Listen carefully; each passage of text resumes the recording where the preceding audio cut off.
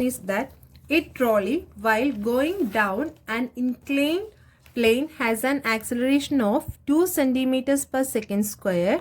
What will be its velocity?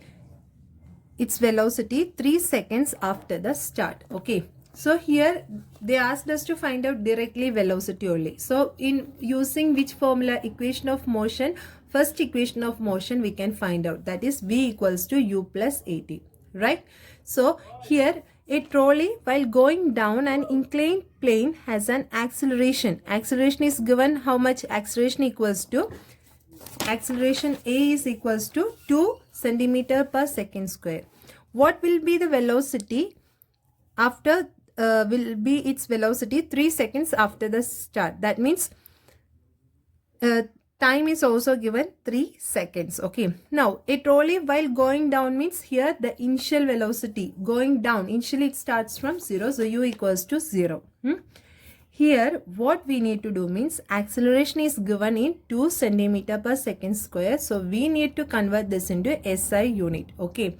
If not also you can you do with CGS unit, but we will be doing it with SI unit. Okay. So here what it will come? Acceleration means 2 centimeter per second square. While converting from centimeter to meter, we are dividing by 100. So we will be getting as acceleration 0.02 meters per second square. We will be getting acceleration here 0.02 meters per second square. Okay. And we know that v equals to u plus at. So we need to we can directly apply all the values here. U is 0 and acceleration is 0.02 multiplied by time is given, which is 3. So what will be our answer? 0.06 meters per second. Okay. Is it clear, students? Now next question. A racing car has a uniform acceleration of 4 meters per second square. That means acceleration is 4 meter per second. A equals to 4 meter per second square. What distance will it cover in 10 seconds? That means we need to find out S, and time is also given 10 seconds after start, from the starting position. I mean from the start means it's already starting with some starting position means initial velocity will be 0 here, right? So u is 0, acceleration is 4 meter per second square and time is 10 seconds. So what we need to find out here? We need to find out our distance. So distance means what we can use? S equals to ut plus half at square, right? So we know that initially, so u is 0 means ut term will become 0. Half into acceleration means we know that 4, it's given 4, and time means what? That is also given 10. So t square, so 10 into 10 we are writing. So while getting cancelling out with 2, we are cutting this 10. So 5 we are getting, 5 4s are 20, 20 multiplied by 10, 200. So we are getting distance 200 meters. Is it clear, students? So now next question. A stone is thrown in a vertically upward direction with a velocity of 5 meters per second. If the acceleration of the stone during its motion is 10 meters per second square in the downward direction, what will be the height attained by the stone and how much time will it take to reach there? Okay. So here in this question, already they have said as a stone is thrown vertically upward direction. That means how we have thrown the stone here. Here stone means it's thrown already upward direction. Okay. In upward direction with a velocity of, means initial velocity is how much? 5 meters per second. It's thrown with an velocity means that is our initial velocity. What happens, you know, students, when this one is thrown upward, it is the initial velocity is 5 meter per second, and when the stone reaches here, what will be the final velocity?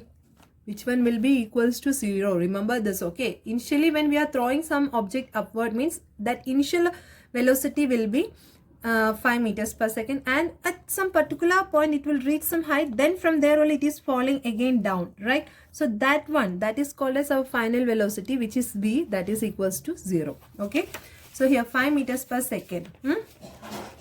If the acceleration of the stone during its motion is 10 meters per second square, okay, in the downward direction, what will be the height attained by the stone and how much time will it take to reach there. So acceleration is given here as 10 meters per second. But here one more thing it's mentioned in the downward direction. That means acceleration will be negative. A should be equals to negative 10 meters per second square. Okay, downward direction it's mentioned. See, otherwise we can calculate, as we know acceleration formula. We know that our acceleration formula A equals to final velocity minus initial velocity divided by time, isn't it? As I said you, if you are throwing a stone through upward direction, first we will be giving some push. For that velocity is that our initial velocity, and this one will be moving at some particular point, it will be stopping there. That is our final velocity. From that point only again it comes to down position. I mean it will be moving to downward direction. So you see at this case what happens, v will be 0. So again 0 minus u by t means, again we know that mathematically proven that our acceleration is coming under negative, right? And here already it's mentioned also in the downward direction. So our acceleration will be minus a equals to minus 10 meters per second square. Okay. Now what we need to find out? So we have here what are the details given here? We know initial velocity 5 meters per second. Then we know acceleration, that is minus 10 meters per second square. Then what will be the height attained by the stone and how much time? We need to find out the height and we need to find out time also. Height means that is the distance. We need to find out the distance and we need to find out the time also. So with which formula we can find out time here? As I said you, when this object will reach at the, see I am throwing a stone upward direction means the first I am throwing with some energy, I mean with some speed. That velocity is our initial velocity, that is 5 meters per second. And when it reaches here at some particular point it stops, I mean it stops its velocity. That is what called our final velocity, that is which is v equals to 0 we can write. From that point only again it will be falling down, isn't it students? So try to understand the logic so it will be clear. Okay, for numericals you should understand it clearly what is given in the question, then only you will be able to do this. So now we need to find out time. So now we can use which formula to find out time? As we know that v equals to u plus at. Can we use this formula?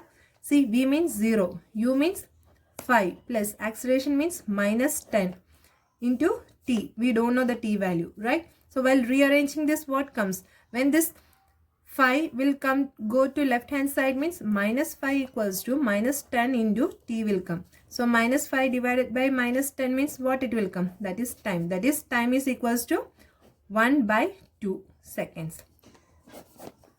Did you understand students how we have got this time? So we got time equals to 1 by 2 seconds, right? Now we can, so we have found out our t value. Now we are moving to find out our s value. So s, we know two formulas to find out s. S equals to ut plus half at square. Either we can go with this formula or you can use which one? V square minus u square equals to 2as. Which one you are feeling easy, you can move with that formula. Okay, so what comes here? Ut means u is 5 and t we have found out 1 by 2 plus half into a means minus 10. Time means we know that 1 by 2 into 1 by 2, right? So what it comes here? While cancelling out here 5 will be coming. 1 by 2 into 1 by 2 means 2 by 1 by 2 into 1 by 2 means 1 by 4 will be coming here. Okay, so here 5 by 2 minus 5 into 1 by 2 into 1 by 2 we are getting. Okay, so while solving this, what we are going to get? So now how we can do? 5 by 2 means we can write this as 2.5. Then what it comes here? 5 by 4 will be coming. 5 by 4 means 2 by 5 minus 1.25. Are you able to see students?